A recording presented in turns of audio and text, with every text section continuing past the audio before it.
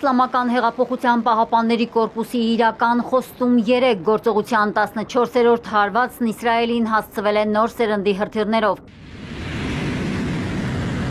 Թիրախում հրեական պետության ուժային կառույցներն ու հետախուզական կենտրոններն են։ Իրանը հրապարակել է հրթիռային գրոհի տպավորիչ կադրերը։ Պատժիչ գործողությունների արդյունավետության վրա վստահ են ոչ միայն բարձրաստիճան զինվորականությունը, այլև քաղաքական վերնախավը։ Արևելքից արևմուտք, հարավից հյուսիս, օկուպացված տարածքի ցանկացած կետի կարող ենք հարված հասցնել, ասել է խորհրդանի նախագահը, հավելելով, որ Իրանի զինված ուժերը շատ արագ իրենց վերահսկողության տակ են վերցրել իրավիճակը։ Կորպուսի հրամանատարի պնդմամբ էլ Իսրայելի դեմ պատերազմում Իրանը կիրառել է իր ներկայիս ռազմական կարողությունների միայն 30%-ը և իր ընդհանուր ներուժի ընդամենը 5%-ը։ ما تا الان کمتر از 30% از توانایی‌هامون استفاده Նեթանյահուին ու Իսրայելի բանակին սև օրեր են սպասվում։ Մենք մեր հարվածներն աստիճանաբար ենք զարգացնում, որպեսզի մարդկանց թույլ տանք փախչել։ Իսրայելի բնակչությանը կոչ ենք անում հնարավորինս շուտ հեռանալ վտանգավոր տարածքից ու փրկվել։ Առաջիկա օրերին կցուցադրվեն նորագույն սպառազինության տեսակներ։ Մենք մարտից վստահ ենք, որ Իսրայելի հետ պատերազմ է լինելու։ Պատրաստվում էինք նման սցենարի, սակայն չէինք սպասում, որ դա տեղի կունենա նախքան բանակցությունների ավարտը։ Դա անակնկալ էր մեզ համար։ Բարձրաստիճան զինվորականի պնդմամբ Իրանի հարստացված ուրանի պահուստները վաղուց տեղափոխվել են անվտանգ ու գաղտնի վայր, ինչպես եւ խոստացել էր Իրանը, Իսրայելի տարածքի ուղղությամբ կետային հարվածները շարունակվում են։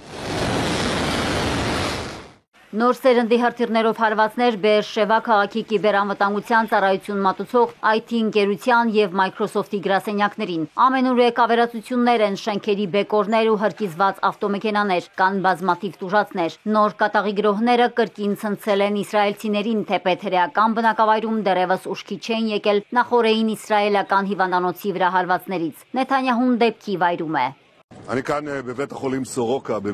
Մենք ճշգրիտ հարվածում ենք միջուկային եւ հրթիռային թիրախներին, իսկ նրանք հարվածում են հիվանդանոցին։ Բուժհաստատությունում պահվում էին այն հիվանդները, որոնք չեն կարող տարհանվել։ Բիբին հստակ նշել է, որ Վաշինգտոնն աջակցում է Իսրայելին այս պատերազմում։ Նրանք արդեն մեծ օգնություն են ցուցաբերել, մասնակցում են Իսրայելի երկնքի պաշտպանությանը։ Նրանց օդաչուները թռիչքներ են իրականացնում մեր օդաչուների հետ, դրոնները խոցելու համար։ Կարծում եմ, սա հիանալի գործակցություն է։ Միաժամանակ Սպիտակ տնից հայտարարություն է հնչել, թե երբ է Միացյալ Նահանգների նախագահը պատրաստվում Իրանի դեմ հարձակման որոշում կայացնելու։ I have a message directly from the president. Ես հստակ ուղերձ ունեմ նախագահից, որում ասվում է հաշվի առնելով մոտ ապագայում Իրանի հետ բանակցության մեծ հավանականությունը, որ կարող է տեղի ունենալ կամ չունենալ, առաջիկա 2 շաբաթվա ընթացքում ես որոշում կկայացնեմ՝ գործել թե ոչ։ Չնայած Վաշինգտոնի լիակատար աջակցությանը Իսրայելում խուճապային վիճակ է։ Թել Ավիվի բնակիչները հարձակվել են իսրայելցի զինվորականների վրա, նրանց մեղադրելով Իրանի վրա հարձակման եւ այդ արկածախնդրության տակից դուրս գալ չկարողանալու համար։ Վիճաբանություն է եղել նաև Իսրայելի ազգային անվտանգության նախարարի ու Մոսադի ղեկավարի միջև։ Ինչու եք սադրել Իրանին։ Ես չգիտեի, որ Իրանը հրթիռային նման հնարավորություններ ունի։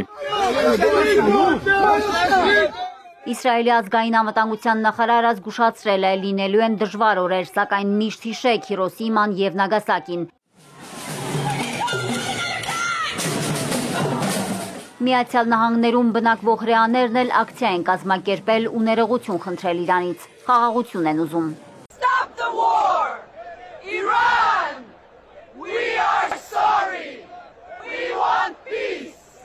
60 իսրայելական կործանիչ էլ գրոհել է Իրանի վրա, հարվածներ են հասցվել պաշտպանության նախարարության հետ կապված տասնյակ գրասենյակների։ Նեթանյահուն հայտարարել է, որ Իսրայելի գործողության նպատակը Թեհրանի իշխանության տապալումը չէ, բայց կարող է լինել դրա հետևանքը։ Սակայն Իրանի Իսլամական հեղափոխության պահապանների կորպուսը օրեր առաջ կանխել է Իրանի արտգործնախարար Աբբաս Արաղչիի դեմ Իսրայելի մահափորձը։ Նախարարի խորհրդականը նշել է, որ եթե պահապանների կորպուսի ձեռնարկած անվտանգության միջոցառումները չլինեն, նախարարը հնարավոր է զոհվեր։